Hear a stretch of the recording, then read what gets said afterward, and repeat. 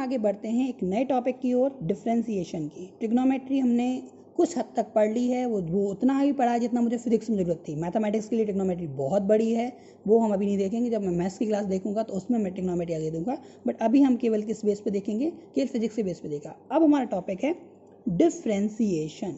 Differentiation, difference मतलब कि छोटा करना, मतलब कि तोड़ना, मतलब कि घटाना, मतलब छोटा करना, डिफरेंशिएशन। ये हमारे लिए पहली बार नया वर्ड आया हुआ है। आपको बता दें कि आपने जैसे कि कई साइन सीखे हैं, कई ऑपरेटर सीखे हैं। For example, this operator is known as addition operator, plus this operator minus. तो आपने एडिशन और सब्ट्रैक्शन ऑपरेटर सीखा।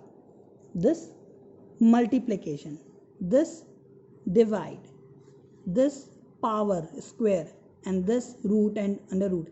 कई ऑपरेटर आप ऑलरेडी सीख चुके हैं। अब आपके पास एक नया ऑपरेटर आने वाला है, that is differentiation and integration. जैसे प्लस एंड माइनस होता है, मल्टीप्लाई एंड डिवाइड होता है, स्क्वायर एंड स्क्वायर रूट होता है, ऐसे ही इंटीग्रेशन एंड डिफरेंशिएशन होता है। मतलब कि हमेशा ऑपरेटर पेयर्स में ही आते हैं। तो डिफरेंशिएशन पढ़ने से पहले कुछ चीज़ें देखते हैं। अगर मैं आपको बोलूं कि व्हाट इज दैट, तो ये लिखा हुआ है del t, delta t, t t. Physics और मैथ्स में इनका मतलब होता है डेल टी मतलब change in time, change in time, change in time. Del t equal to t two minus T one, delta t equal to t two minus T one, d t equal to t two minus T one. Then तो all three are same? No, all three is having different meaning. जब भी आप del T देखें तो ये T two minus T one जो है, या चेंज इन टेम्परेचर या चेंज इन टाइम या चेंज इन एनीथिंग है, ये क्या है? Large quantity. मतलब कि del T is a very long difference, large difference. जब डेल टी की बात करते हैं, डेल्टा टी की, तो स्मॉल डिफरेंस होता है, कम डिफरेंस होता है। लेकिन जब आप डी टी की बात करते हैं तो बहुत ही कम डिफरेंस होता है। अब अगर मैं इसी को बोल दूं कि मेरे पास एक टर्म है change in Y upon change in time, मतलब कि एक क्वांटिटी को चेंज करने पर दूसरी क्वांटिटी चेंज होती है। जैसे कि हम बात करें, आप वेलोसिटी जानते हैं, वेलोसिटी क्या होता है? Displacement upon time. मतलब टाइम को चेंज करने पर अगर डिस्प्लेसमेंट भी चेंज होता है तो क्या होता है? वेलोसिटी। तो del Y upon del T क्या लिख सकते हैं? Y two minus Y one upon T two minus T one.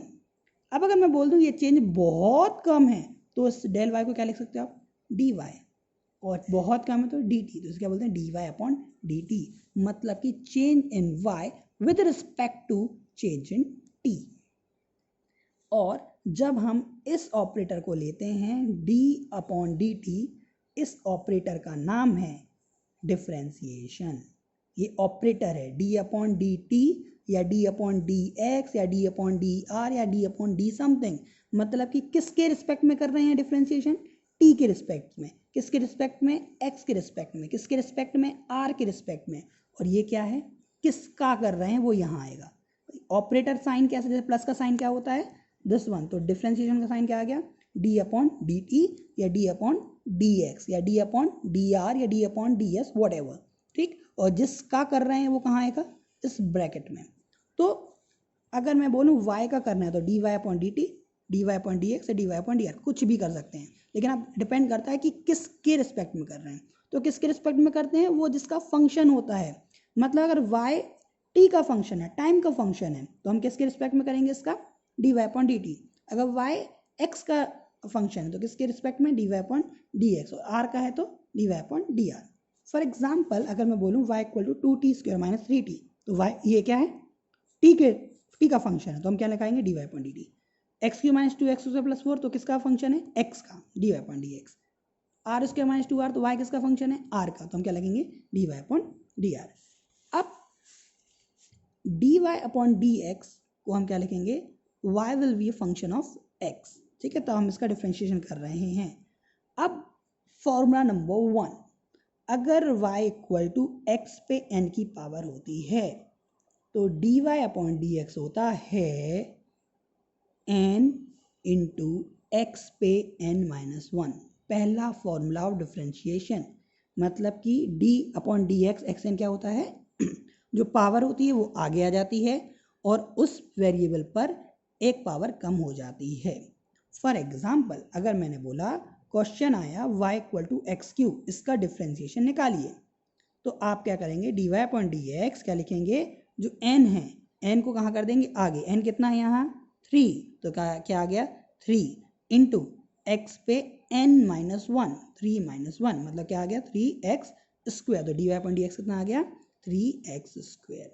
एक और क्वेश्चन देखते हैं, y इक्वल टू क्या है x पे 6 की पावर, तो n कितना है 6, तो क्या होता है n into x n minus one, तो क्या आ जाएगा 6 इंटू एक्स पे 6 minus one, that is 6x पे 5 की पावर। या अगर नेगेटिव पावर भी है तो कोई बात नहीं, x पे -3, तो n की वैल्यू कितनी है -3, आप कितनी लेंगे n की वैल्यू -3, तो क्या आ जाएगा n आ गया -3, और फिर क्या करेंगे -3 -1 n माइनस, फॉर्मूला चेंज नहीं होगा, आपने केवल n की वैल्यू चेंज की हुई है, तो क्या आ जाएगा -3x पे -4। तो ये हमारा एक सिंपल वे हो गया डिफ्रेंशिएशन का। अब थोड़ी सी प्रैक्टिस हम अगले वीडियो में देखते हैं।